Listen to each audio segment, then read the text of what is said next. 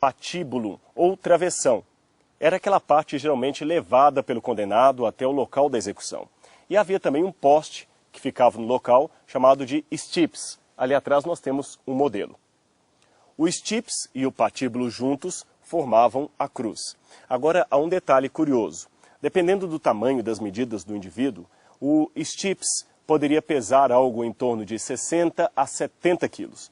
E o patíbulo podia pesar algo em torno de 20 a 30 quilos. Ou seja, uma cruz podia ter em média algo em torno de 90, 100 quilos. Torna-se difícil do ponto de vista arqueológico ou histórico imaginar que Jesus teria levado toda a cruz até o Calvário. É mais provável supor que ele tenha levado apenas o patíbulo, somente o travessão. Jesus então passara pelas ruas de Jerusalém carregando este peso nas costas, sendo insultado pelas pessoas que ali estavam, até o local da condenação. Ali havia duas maneiras de montarem a cruz. A primeira delas, o stipes ou o poste já estava fixo no local e a pessoa era literalmente içada. A segunda forma, a pessoa tinha toda a sua cruz montada no chão, era também pregada no chão e a cruz era erguida de uma só vez. O livro Desejado de Todas as Nações dá a entender que foi esta a segunda forma usada por Cristo, porque quando a cruz caiu, provocou uma terrível e angustiosa dor no Salvador. Bem, seja como for, mais doloroso do que os cravos, mais doloroso do que os açoites, foi o que Jesus passou espiritualmente. É claro que a dor física não pode deixar de ser comentada, porque, afinal de contas, não foi apenas na cruz que ele começou a sofrer, não, de maneira nenhuma. Se você ler bem os evangelhos, lembre-se que o sofrimento de Cristo começou já no Jardim das Oliveiras, que fizemos referência no início desse programa. Ali Jesus já teve a sua alma afligida. Ali ele começou a sofrer, a suar sangue. Ele implorou ao Pai diversas vezes: Pai, se possível, afasta de mim esse cálice. E embora o seu lado humano quisesse a todo custo se livrar daquele sofrimento, ele ainda teve fé e relacionamento espiritual o bastante para dizer: contudo, Pai, seja feito como tu queres. Que a tua vontade seja feita e não a minha. Que lição de fé, não é mesmo? Será que nós estamos hoje preparados para dizer: Pai, seja feita a tua vontade, mesmo que ela não seja a minha vontade? Devemos acreditar que a vontade de Deus é superior e melhor do que a nossa. E seja lá o que for que Deus deseja, por mais terrível que pareça, ainda será o melhor. Pouco tempo depois da sua grande oração, da sua angústia da alma, Jesus foi traído com um beijo por Judas, um dos seus discípulos. Ele então foi levado até a casa do sumo sacerdote, ali apanhou durante toda a noite, recebeu uma leva de testemunhas falsas que estavam levantando depoimentos falsos a respeito dele. Eles queriam a todo custo montar um dossiê contra Jesus. Ali ele apanhou, recebeu murros, socos, e no dia seguinte o levaram até Pilatos. A ânsia dos líderes judaicos daquela ocasião era que Jesus fosse condenado pelo poder romano antes da Páscoa. Por que razão? Muito simples. Eles imaginavam, supondo que Jesus fosse um falso Messias, que se Jesus realizasse um milagre na Páscoa, o engano seria terrível. Lembre-se, Jesus havia ressuscitado mortos, Jesus havia multiplicado pães, havia expulso demônios, ou seja, a fama de Jesus estava espalhada por todas as partes. Se Jesus, naquela ocasião, operasse um milagre, todos iam acreditar nele. Jerusalém estava repleta de pessoas de todas as partes. Havia judeus de todos os lados da diáspora. O que é diáspora? Diáspora é a referência que se dá aos judeus que moravam fora de Israel. Em Roma, na Babilônia, no Egito, em todos esses lugares haviam comunidades judaicas que durante as festas religiosas vinham para Jerusalém. Se Cristo operasse uma cura ali, seria o bastante para que todos o seguissem. E os líderes não queriam isto. Por outro lado, não tinham poder político para mandar matar Jesus. Somente Roma podia sentenciar alguém à morte naquela ocasião. Então, por isso, levaram Jesus até Pilatos. Pilatos, então, diante da multidão que clamava pela crucifixão de Cristo, se viu entre duas situações extremosas. Se, por um lado, ele condenasse Jesus à cruz, aqueles que eram seus discípulos podiam fazer uma guerra civil. Por outro lado, se ele libertasse Jesus, aqueles líderes que diziam que ele era inimigo de César, se assim o fizesse, poderiam fazer uma campanha contra ele. Então ele resolveu condenar Jesus à última sentença antes da morte. 1/40 de açoites, menos 1. E aqui nós temos um típico açoite como aquele usado pelos romanos. É lógico que esse aqui está faltando algumas partes. Os romanos tinham na ponta desse chicote pedaços de chumbo, de osso, alguns anzóis, de modo que quando a pessoa recebia o açoite nas costas, a parte de couro deixava lapiada a pele e as pequenas bolas de chumbo dilaceravam o músculo. Os ganchos e também os pedaços de ossos que haviam na ponta ajudavam a arrancar pedaços da carne. Então o sofrimento era terrível. Pilatos condenou Jesus a isto. Nesse momento em que os soldados batiam em Jesus, começaram a praticar também com ele uma brincadeira muito dantesca. Uma brincadeira que é conhecida desde o tempo dos egípcios. Essa brincadeira, praticada por adolescentes malvados, consistia em vendar os olhos de um jovem mais fraco e começar a bater nele. Cada vez que ele recebia uma pancada, um soco, ele tinha que tentar adivinhar quem lhe bateu. Se ele não adivinhasse, a pancadaria continuava. Por isso que eles bateram em Jesus e diziam: profetiza quem te bateu. E como se não bastasse, colocaram em sua cabeça uma coroa de espinhos.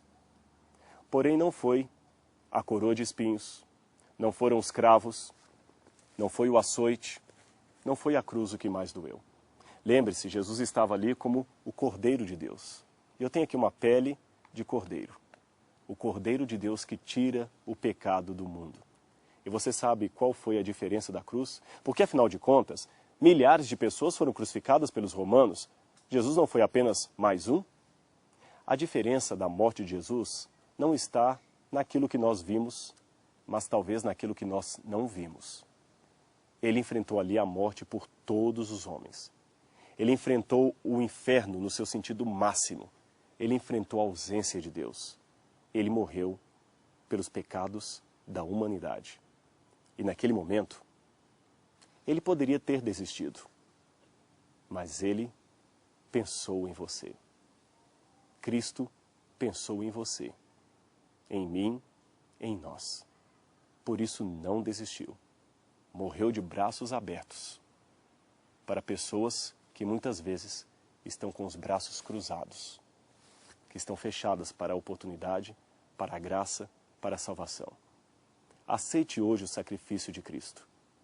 Mais importante do que a cruz ou os pregos foi o que aquilo significou. Ele morreu em seu lugar.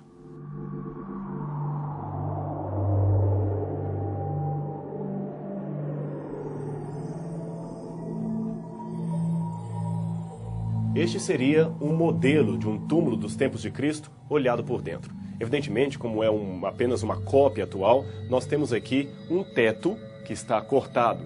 Mas se fosse naquele tempo, o teto cobriria toda esta parte, de forma que de fora seria impossível ver o que está acontecendo aqui dentro. Apenas aqueles que tivessem entrado pela porta lateral poderiam estar acompanhando o processo.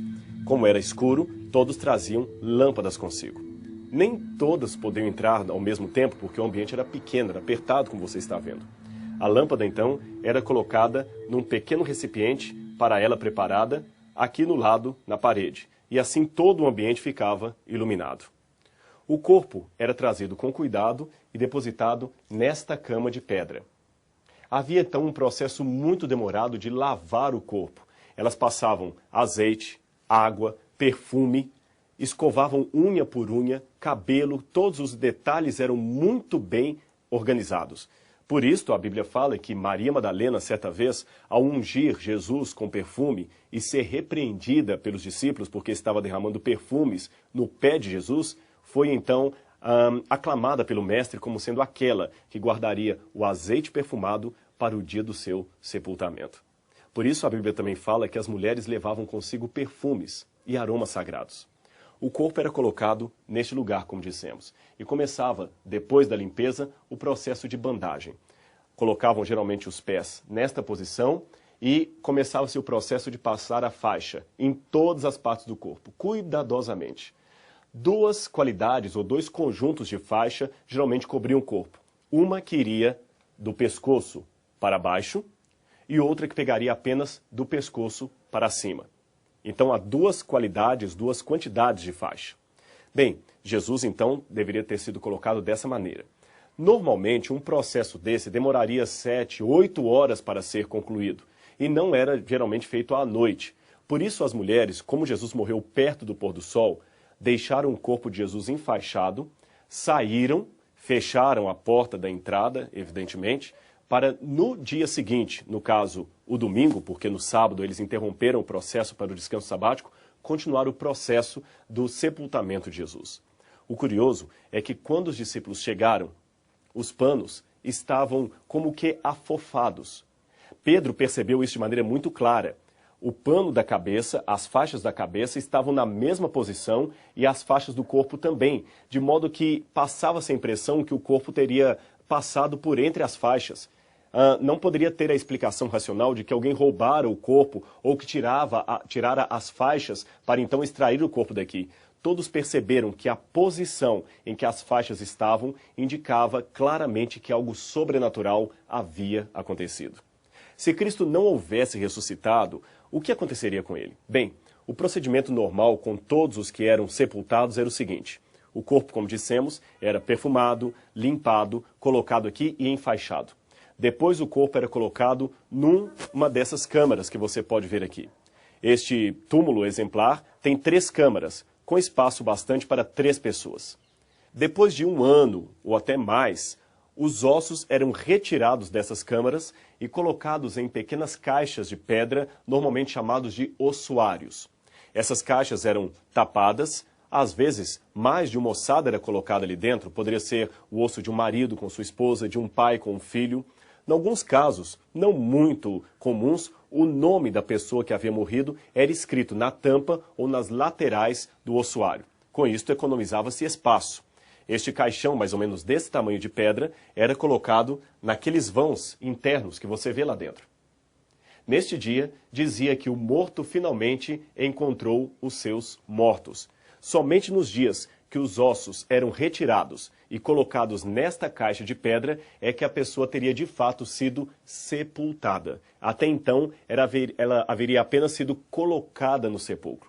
Bem, Jesus foi colocado aqui. Mas quando voltaram para terminar todo o processo, o túmulo estava vazio. Como eu disse, a forma como as faixas foram vistas indicaram que havia ocorrido um fenômeno sobrenatural, um milagre. Não havia a possibilidade de alguém ter roubado o corpo ou tirado as ataduras e levado Jesus como alguém que estivesse vivo. Não, as faixas estavam do modo como foram enroladas no corpo de Jesus. Mas ele não estava mais ali porque ressuscitou. Os discípulos já assustaram quando, ao chegarem de manhã, antecedidos, é claro, pelas mulheres, perceberam que a porta estava aberta. Aquela pedra que cobriria a entrada do sepulcro estava removida. Lembre-se, na noite anterior, soldados estavam ali protegendo a entrada porque não queriam deixar de maneira nenhuma que se propagasse o boato que Jesus havia ressuscitado. Mas agora a pedra estava removida. E ao olharem desde fora até aqui dentro, perceberam que no lugar do corpo estavam as faixas e um anjo sentado, que lhes declarou: "Por que buscais dentre os mortos aquele que vive? Ele não está aqui, porque já ressuscitou." Afinal de contas, Cristo é o doador da vida eterna, doada a cada um de nós.